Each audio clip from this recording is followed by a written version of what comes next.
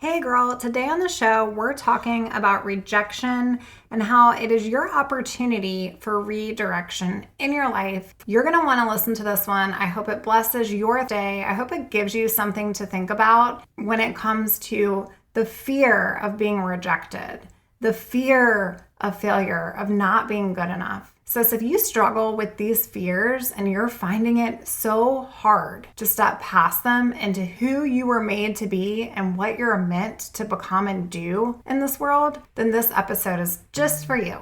Listen in. Hey girl, welcome to the Her Best Self podcast. I'm Lindsay Nickel, former competitive figure skater and perfectionist, turned God-led imperfect boy mom and digital CEO. If you find yourself constantly thinking about food and wondering if you'll wake up one day free from the obsessive thoughts and behaviors controlling your life, then I've created this podcast for you. Because I know exactly what it's like to be a downright hot mess, trapped in a destructive cycle of disordered eating. I finally found freedom, and you can too, girlfriend. So if you're ready to heal your relationship with food and body and break the chains of control and show up in your best health, then grab your favorite Tarjay journal and let's get to it. So you can start living your best life as your best self.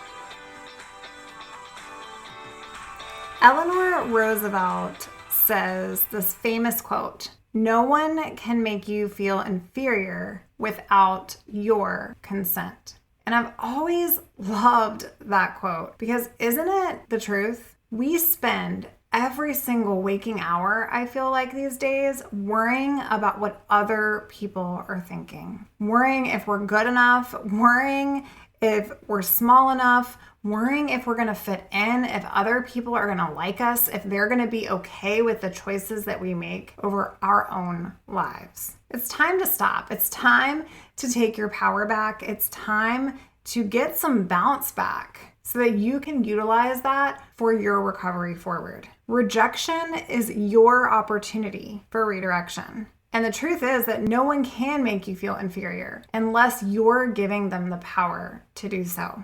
Eating disorders are all derived from establishing unhealthy coping mechanisms of control and safety when maybe you've grown up or needed an environment to escape.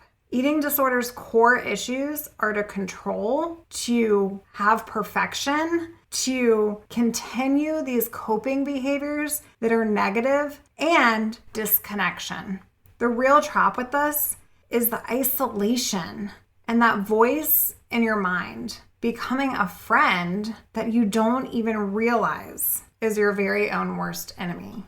Truth is, eating disorders are a cover-up from so much more. A mask that you can put on in order to prevent being fully seen. Gosh, do I remember the day where I could be isolated. I could hang out with my BFF, my eating disorder. I could sit in my own little corner of the world under a rock, feeling some sense of control. But this was a false sense of control. And what I self-portrayed to the world was a lie. It was the world's ideals as this protection mechanism over my life and over my authentic self. And over time, I didn't even know who I was anymore. I was so worried about what other people were going to think that I didn't even know what I thought. I didn't even know if I liked who I was because guess what? I didn't recognize her anymore.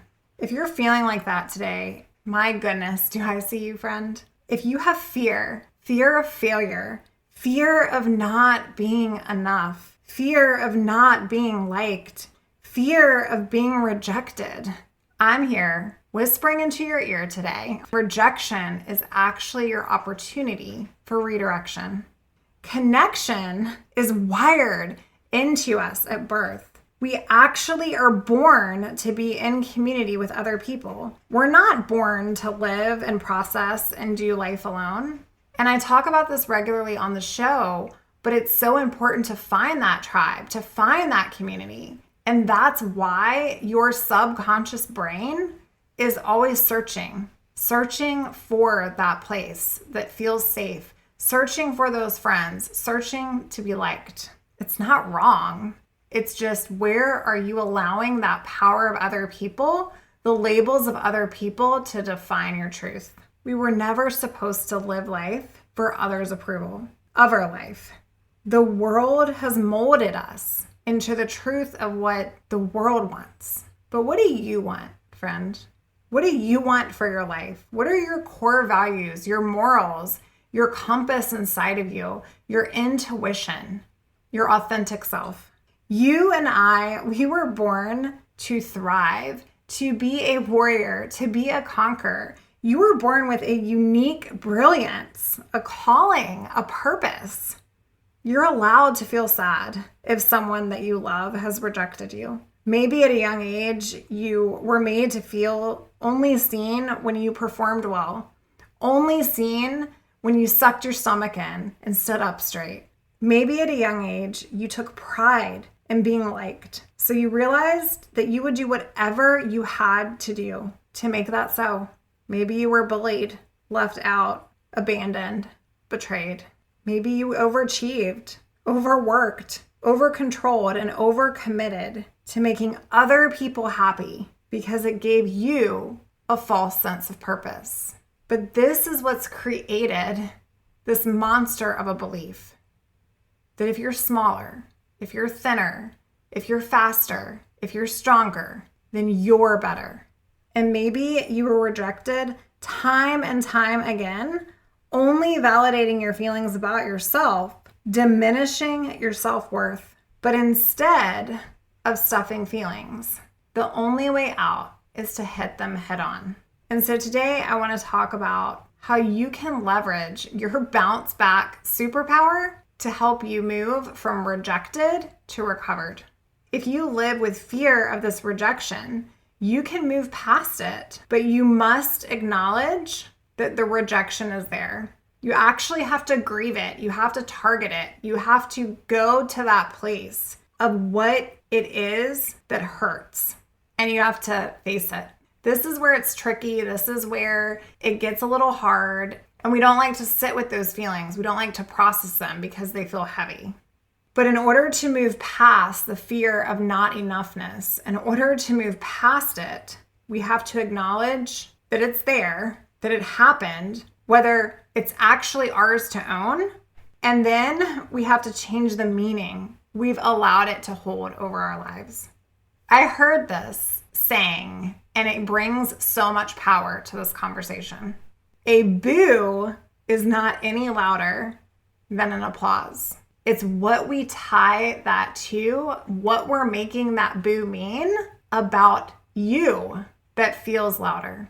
Essentially what I mean there, friend, is that if you're on a stage with your eyes closed and the whole world is booing you, but you have purpose in your heart and you know what you're doing is your truth, then you can hear your own applause louder than that boo. But if you're on a stage and everybody is cheering you on, that boo isn't any louder than that cheer. But when you hear that boo, maybe you're making it mean something so much more than it should. You must acknowledge that rejection happens. You have to grieve it.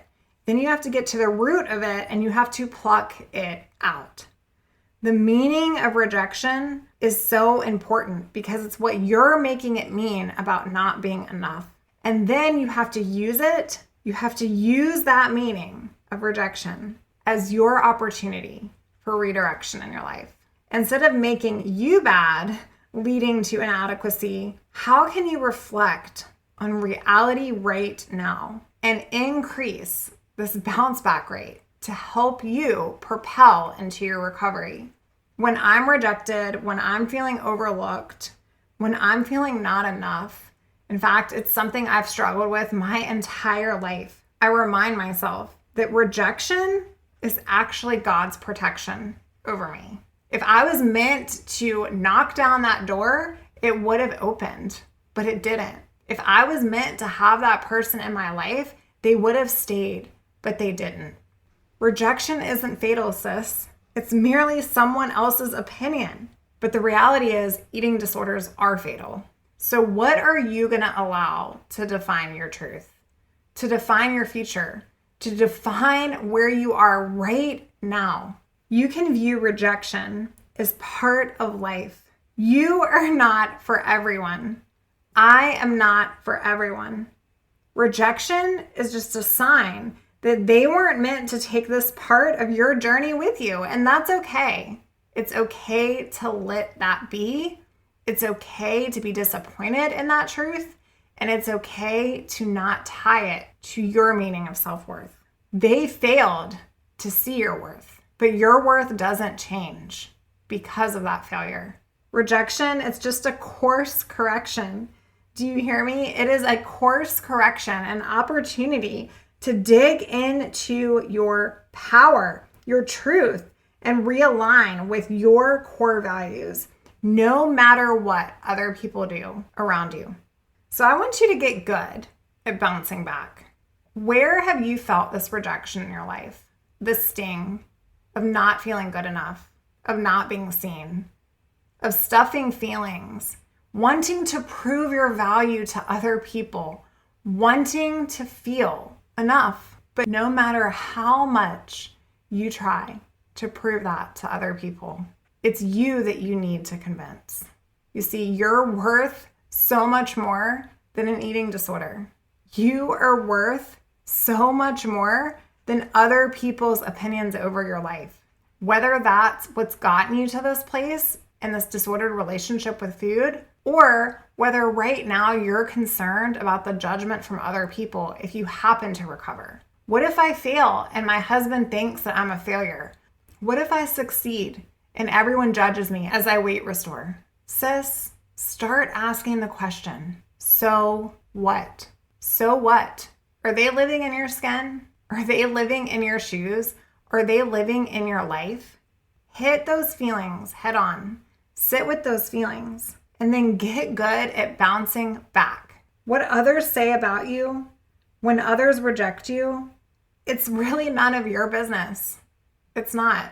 What's more important to focus on is that regret from never moving forward, from staying here because of what everyone else is going to say or think, is actually more painful than rejection itself.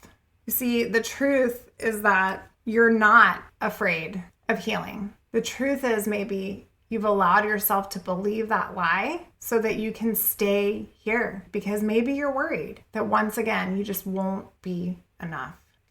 Every single thing that's happened in your life up to this point is all part of the plan. Any rejection that others have put on your life is all part of the plan. Any rejection that you've allowed to sink into your heart and to your spirit is all part of the plan, because now you can use that rejection as opportunity, as leverage to empower yourself out and to continue along the recovery path. Who cares? Is what I want you to start saying. Do I care? Is that my eating disorder in my mind telling me I should care about what other people are thinking of my body? Even if I care about how I'm feeling right now in my body, is that such a distorted view of what the world wants me to be that I'm basing my entire belief around that? Is it actually my belief? Sis, you are so worthy of a life free from an eating disorder, and you can't go out and change the world unless you start inside. Eating disorders are bred off of rejection. They're bred off of fear of failure. They're bred off of not being enough. They're bred off of not being liked, and they thrive in an environment of aloneness. But I have good news for you today. Instead of stuffing your feelings, instead of living with that fear that other people have rejected you your whole life and therefore you're just not worthy of it, instead of creating that self-sabotage narrative, instead of allowing your mind and your heart to marinate in that wrongful truth, I want you to use that as redirection power. You must acknowledge the rejection happened. You must grieve from it. Then you must change the meaning associated with it. And then you must step into it like you are taking over the world. I believe in you, friend. I know that you have exactly what it takes right now inside of you to heal yourself.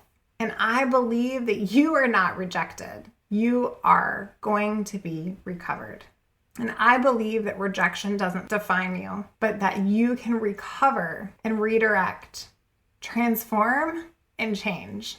your entire future and everyone else's in your life. Sis, if you're looking to not do this alone, if you're looking for a safe place, the first thing I want you to do is come on out to our private Facebook community, www.herbestselfsociety.com. I want you to introduce yourself. We'll welcome you. We will love on you, and we will meet you right where you are along this path. And then the second thing I want you to do is go on out to the website, www.herbestself.co. If you're ready to change the way that you're doing your life, if you're ready to drop the labels of others, if you're ready to stop living in chains around your unhealthy relationship with food and controlling every morsel of it that's entering or exiting your body, then I want you to fill out a client application and come work with me. I have 2 slots available right now. I cannot wait to love on you, to meet you, and to hear your story. I hope you have a fantastic weekend. Use this opportunity to turn your rejection and your past of not enoughness into a beautiful canvas of redirection. You so deserve it. Oh, friend, thank you so much for letting me share what was on my heart today. My hope for this podcast is to help more women find freedom from food and body. If this has empowered or blessed you, let me know. I'd be honored for your rating and review of my show, and I'd love to connect with you in my private Facebook community. You really can move from perfection to purpose. Let's break the chains together. I'll help navigate the way. Until next time, bye for now, girl.